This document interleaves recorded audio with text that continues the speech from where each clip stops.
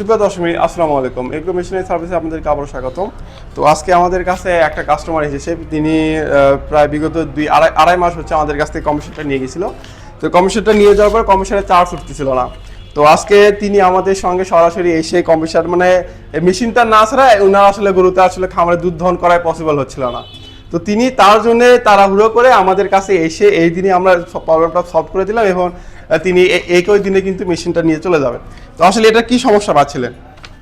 Charge নিচ্ছিল না, charge নিচ্ছিল না এবং হচ্ছে আপনার কম্প্রেসর ফুল চলতেছিল না। আর এই মেশিনটাতে তো আমরা প্রতিদিনই দুধ দহন করেন। কত লিটার পর্যন্ত দুধ দহন করছেন এটা দিয়ে?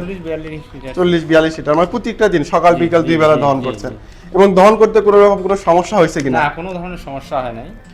আর হচ্ছে আপনার গরুর বাটের কোনো সমস্যা হয়েছিল কিনা? অনেকে বলে যে গরুর বাটের সমস্যা হয়, এই জন্য আসলে কোনো বাটের সমস্যা হয় না, আমরা ভুল জানছি এটা।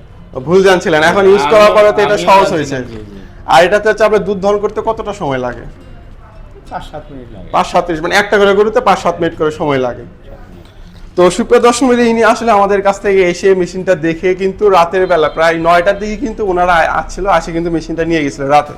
তো ইনার আজকে আড়াই মাস পরে মেশিনটা সমস্যা হওয়ার কারণে ইনি আসলো আমাদের কাছে এবং আমরা সাথে সাথে রিপেয়ার করে আবার তাকে মেশিনটা হ্যান্ড ওভার করে দিলাম।